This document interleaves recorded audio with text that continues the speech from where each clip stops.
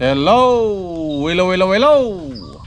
Magandang araw at magandang buhay at panibagong vlog na naman si Bonsai Stang Lumpo. So, ang gagawin natin ngayon, sobrang laguna ito. Okay? Tatanggalin lang natin yung mga dahon. Okay? Para maarawan, makatikim ng araw dito sa ilalim. Okay? Dahil hindi na nakakatikim. Okay? Natatabunan na ng mga dahon. Hindi muna tayo nagpuputol dito dahil pinapalaki pa tayo dito. May mga portion pa na pinapalaki nating sanga. Okay? So ang gagawin lang natin dito is yung kalbuhin. Okay? Bawasan ng dahon. Actually pala hindi ito kinakalbo. Okay? Itong kamuning tulis ay napapabilang sa hindi kinakalbo na bonsai. Okay? So tanggalin lang yung, mag-iwan lang ng isang sanga. Okay, dahil tag-ulan ngayon, mabilis lumarga ang ating mga halaman. Okay, para makatikim ng araw dito sa ilalim. Okay?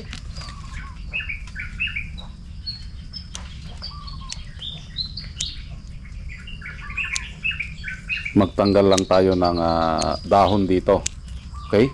So mag-iwan ng isang dahon. Hindi ito napapabilang sa kinakalbo na bonsai. Napapabilang ito sa hindi kinakalbo.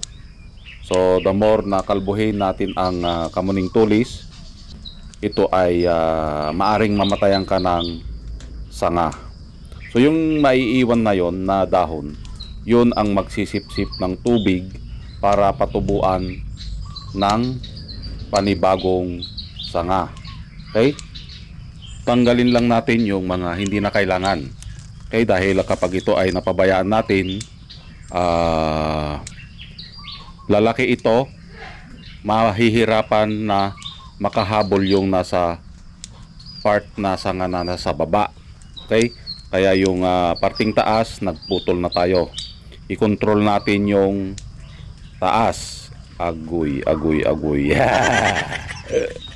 Ano daw? I-control yung taas. Ayan. So ang kamuning tulis ay isa ito sa pinakamatagal na mabuo dahil mabagal itong lumarga. Kung tatandaan nyo, 3 buwan na ang nakalipas bago natin ito ginalaw ulit. So ngayon lang ulit at sobra na itong wild.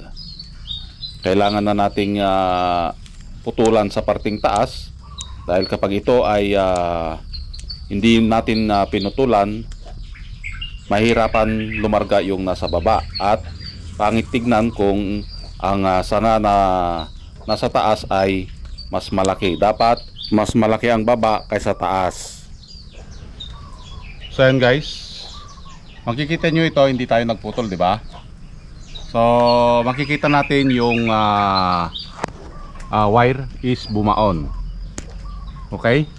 So ibig sabihin lumaki ang ating branch na ito kasi ito yung pinapalaki natin eh. Okay, ganun din ito. Kaya hindi natin tinanggal ito kasi pinapataba natin itong part na ito. Okay, pati ito. Yan, hindi tayo nagtanggal. Okay, pati ito.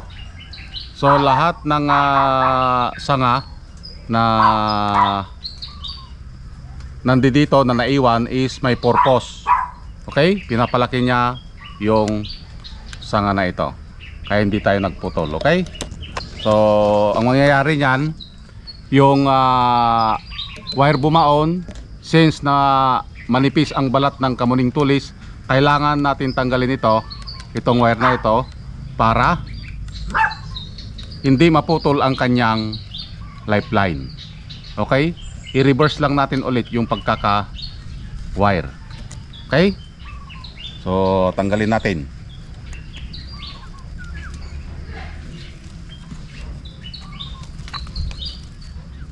Ayan o. Nakita nyo? Bumaon. Okay? Mamaya makikita pa natin dito sa part na ito ang iniwan ng sugat ng wire na ito.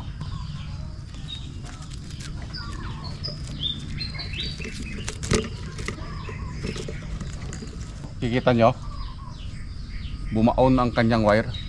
So kung hindi natin tinanggal yung yung wire, mapuputol yung lifeline nito dahil manipis masyado yung balat ng kamuning tulis. So kailangan nating tanggalin. Okay, so, ibalik na lang ulit natin. Pasalungat naman.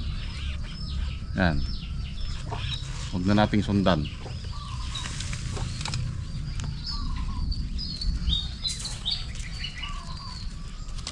Hindi na natin susundan dito yung sugat para makamove on. Agoy. Siyempre, huwag mo nang sundan yung sugat na iniwan niya para ikaw ay makamove on. Agoy. Shout out sa mga hindi pa nakakamove on dyan. Sana makamove on na kayo bukas. Katulad ng bonsai na ito. At ito na nga, malapit na tayong matapos sa kanyang pagwawire. Mula nung binubuo natin itong bonsai na ito, hindi pa natin ito napuputulan. Okay? So kailangan talagang magtiis para ito ay mapalaki natin ng maganda. Yun. Yan. Okay.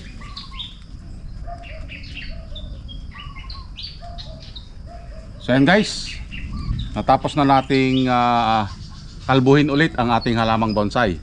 Okay, ito yung kanyang kinalabasan.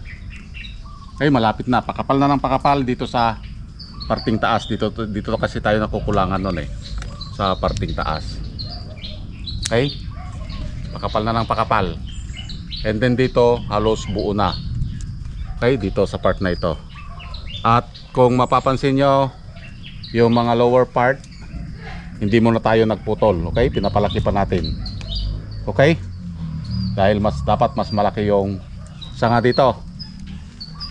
Okay, pati ito hindi muna tayo nagputol. Hayaan lang natin ito hanggang sa makuha yung gusto nating laki. Hanggang dito lang yan.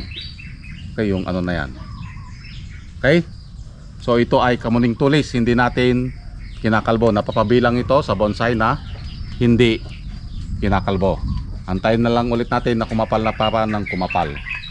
Okay, yun. Yan. So camera, ipakita mo yung kabuuan. At ito na ang kanyang itsura. Pakapal na ng pakapal ang kanyang mga sanga. Okay, may mga sanga lang na hindi natin tinanggal dito dahil pinapalaki pa natin ito. So sa parting taas ay kumakapal na rin, hindi katulad ng dati. At antayin natin ang update dito kapag ito ay may dahon na. Ayun. So yan, nakita nyo na.